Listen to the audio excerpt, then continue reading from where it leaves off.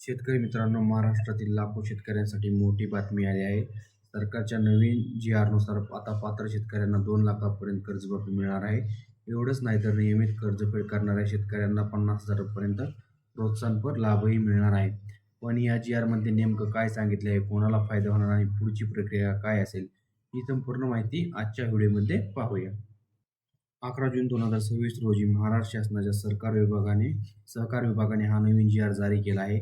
या जी-आरमध्ये सांगण्यात आले आहे की 2 जून 2026 रोजी मंत्रिमंडळाने पुण्यश्लोक अहिल्यादेवी होळकर शेतकरी कर्जमुक्ती योजना 2026 ला मंजुरी दिली होती. त्यानुसार आता जिल्हा स्तरावर समित्या स्थापन करण्यात येणार आहे. बघा, स्क्रीनवरती तुम्हाला जी-आर सुद्धा दिसत असेल.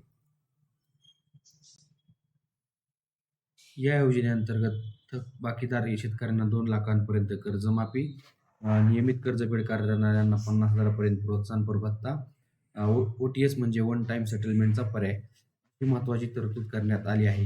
या योजनेची अंमलबजावणी प्रभावीपणे करण्यासाठी जिल्हाधिकाऱ्यांच्या अध्यक्षतेखाली समिती स्थापन करण्यात आली आहे. ही समिती काय करणार? पात्र आणि अपात्र लाभार्थ्यांची माहिती तपासणार, आधार लिंक नसलेल्या कर्ज खात्यांची यादी जाहीर करणार, पात्र शेतकऱ्यांची यादी प्रसिद्ध करणार, आधार प्रमाणीकरणासाठी मेळावे आयोजित करणार, तक्रारींचे निवारण करणार, योजनेची जिल्हा स्तरावर प्रसिद्धी करणार. म्हणजेच आता कर्जमाफीची प्रक्रिया अधिकृत सुरू करण्यासाठी प्रशासनाने तयारी सुरू केली आहे. शेतकरी मित्रांनो, अशा सोशल मीडियावर अनेक अफवा पसरत आहेत. हा जी-आर कर्जमाफीची नवीन रक्कम वाढवण्याबाबत नाही. हा जी-आर म्हणजे कर्जमाफी योजना राबवण्यासाठी जिल्हास्तरीय समिती स्थापन करण्याबाबतचा आहे. म्हणून कोणतीही चुकीची माहिती किंवा फॉर्म भरताना सावधान राहा.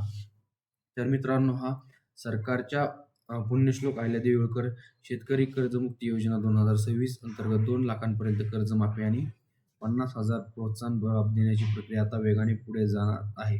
या योजनेबाबत पुढील अपडेट, पात्रता यादी आणि अर्ज प्रक्रिया आली की मी सर्वात आधी तुमच्यापर्यंत पोहोचवेल. व्हिडिओ आवडला असेल तर व्हिडिओला लाईक करा, शेअर करा आणि चॅनलला सबस्क्राईब करायला विसरू नका. धन्यवाद.